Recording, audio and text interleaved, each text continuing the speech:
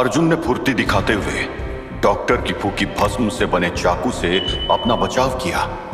हम इस तरह सिर्फ बचाव नहीं कर सकते तानी, हमें डॉक्टर के शरीर पर कब्जा किए हुए शकुनी की आत्मा पर काउंटर अटैक करना होगा। अर्जुन, मुझे डर है कि अगर हम डॉक्टर के शरीर पर वार करते हैं तो शकुनी के साथ साथ डॉक्टर को भी नुकसान पहुंच सकता है। हम उनकी जान खतरे में नहीं डाल सकते हैं। पर तानी, अगर हमने कुछ नहीं किया तो शकुनी हम दोनों को बर्बाद कर देगा। फिर ना डॉक्टर का शरीर बचेगा और ना ही हम दोनों। हमें इस शक्ति का सामना करना ही होगा। लो मेरा ये खास तोहफा तानी के लिए। और तभी डॉक्टर नबेंदु के हाथ से एक तीखा ऊर्जा का वार निकलकर बिजली की तरह चमकता हुआ सीधा तानी की तरफ गया। तानी को समझने का मौका भी नहीं मिला और उस वार का झटका सीधा उसके सर पर लगा। कुछ सेकंड्स के लिए वो अपना होश खो बैठी। उसकी आंखों के सामने सब कुछ धुंधला पड़ गया, जैसे अंधेरा उसे घेरे जा रहा हो। तानी! अर्जुन का चेहरा पल भर में गुस्से से लाल हो गया।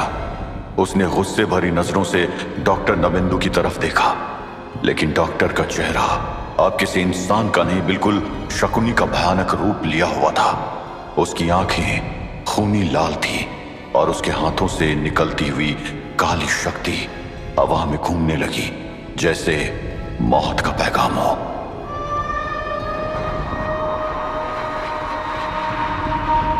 अर्जुन के पास वक्त कम था। तानी जमीन पर बेहोश पड़ी थी और डॉक्टर अपनी जानलेवा शक्ति के साथ अब उसके करीब बढ़ रहा था। अर्जुन के अंदर एक बेचैनी छा गई थी, लेकिन उसके मन में एक आइडिया आया। उसका जादुई विप। उसने अपने मन में अपनी शक्ति को जागृत किया, अपने दिल की गहराइयों से उस शक्ति का आवाहन किया और कुछ ही पल में उसके हाथ में एक चमकती हुई विप प्रकट हो गई। डॉक्टर या फिर शकुनी, अब ये खत्म करने का वक्त आ गया है। अर्जुन ने अपने विप को घुमाकर पहला वार किया। जैसे विप डॉक्टर के शरीर पर लगी, एक कानफोड़ चीख निकल गई, लेकिन ये डॉक्टर की नहीं, शकुनी की थी। डॉक्टर का शरीर कांपने लगा, जैसे उस पर कोई बड़ी ताकत का दबाव पड़ रहा हो। अर्जुन ने बिना रुके अपना वार जारी रखा। हर वार के साथ डॉक्टर के शरीर से एक अजीब सी काली धुंध निकलती गई और धीरे धीरे शकुनी की आत्मा उसके शरीर से बाहर निकलने लगी। अर्जुन ने अपनी पूरी शक्ति लगाकर एक और जोर का वार किया और शकुनी की भयानक रूप वाली आत्मा को अपनी विप में फांस लिया।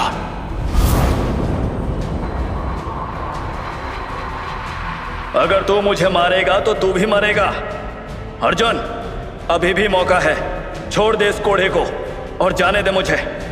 मैं आर या पार का फैसला सोचकर ही मैदान में आया हूं शकुनी। अचानक विप में एक करंट दौड़ने लगा और अर्जुन को हाई वोल्टेज का झटका लगने लगा। अब विप के एक एंड पर शकुनी की आत्मा तड़प रही थी तो दूसरी एंड पर उसे पकड़ा हुआ अर्जुन। तभी तानी होश में आ जाती है। अब शकुनी को इस दुनिया से हमेशा के लिए जाना होगा, एक ऐसे लोक में जहां से कभी वापस नहीं आ सके। तानी के हाथ से एक चमकती हुई रोशनी निकली, जिसने शकुनी की आत्मा को और मजबूती से विप के अंदर बांध दिया। तानी ने अपनी पूरी शक्ति का उपयोग किया, उस रोशनी को और प्रबल बना दिया। अर्जुन की विप अब एक चमकती हुई रोशनी के घेरे में थी और उसने उसे एक ऐसी जगह भेज दिया जहां शकुनी कभी लौट नहीं पाएगा, एक अलग लोक। ये खत्म हुआ, लेकिन अब डॉक्टर का क्या हाल होगा? डॉक्टर अब ठीक है अर्जुन, बस आत्मा की शक्तियों के असर से उनका शरीर कुछ समय कमजोर रहेगा। शकुनी उनके शरीर में कभी वापस नहीं आ सकेगा। लेकिन तुम ठीक तो हो ना?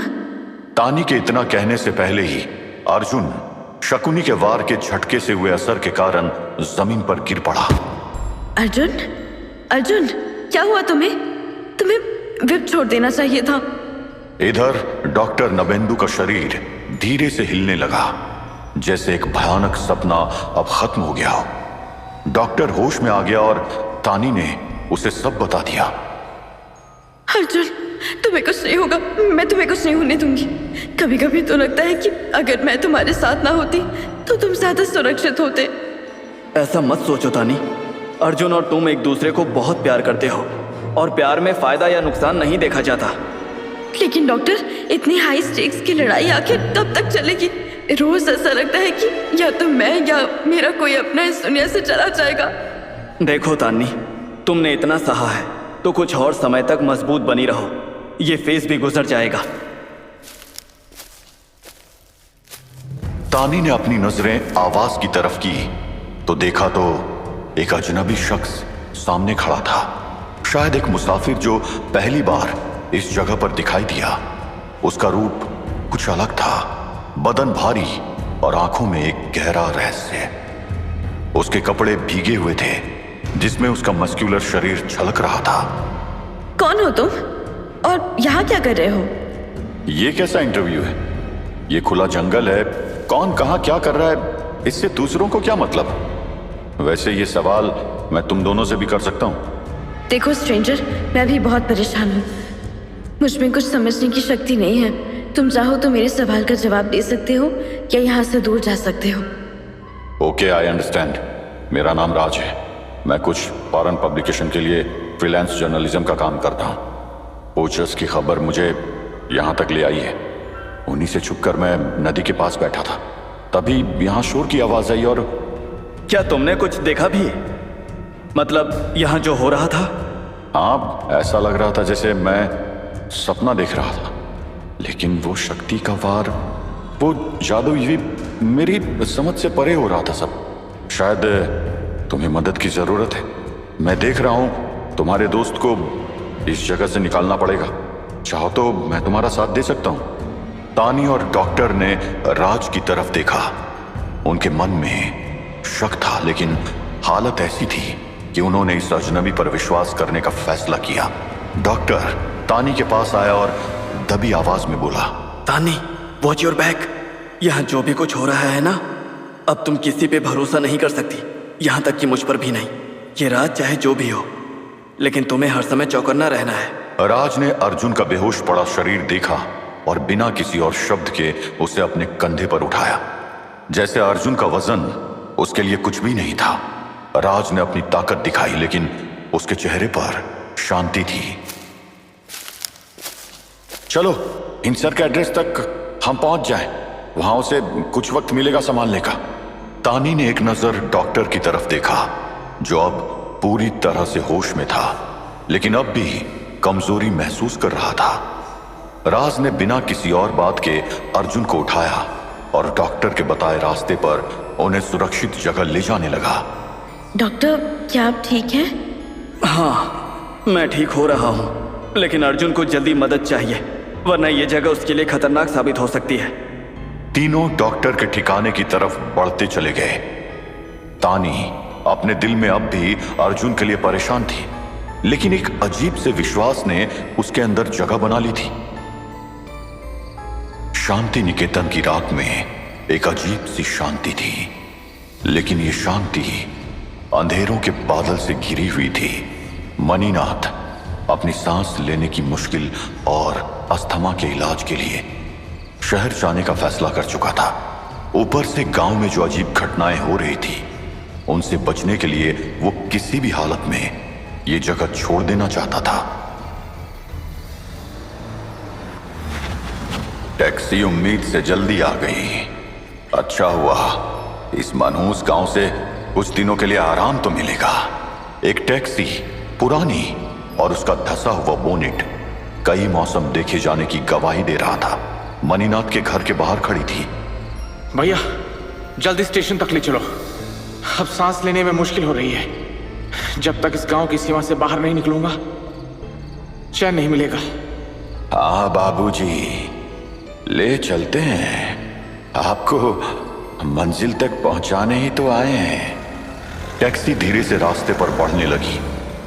अंधेरी सड़क पर सिर्फ हेडलाइट्स का हल्का सा उजाला था, बाकी सब कुछ अंधकार में डूबा था। जैसे ही टैक्सी ने गांव के किनारे को पार किया, रात का सन्नाटा और गहरा होता गया।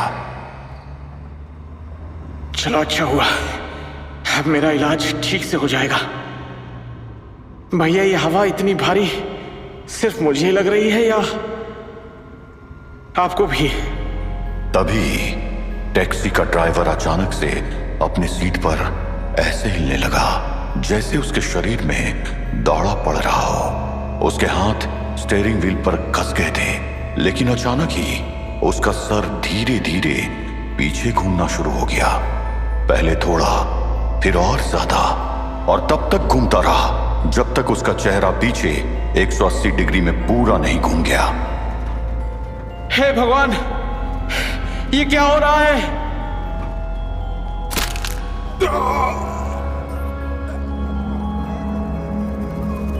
क्या मैं इतनी बुरी हूँ पिताजी? कहाँ भाग रहे थे आप पिताजी? अपनी बेटी को भूल गए?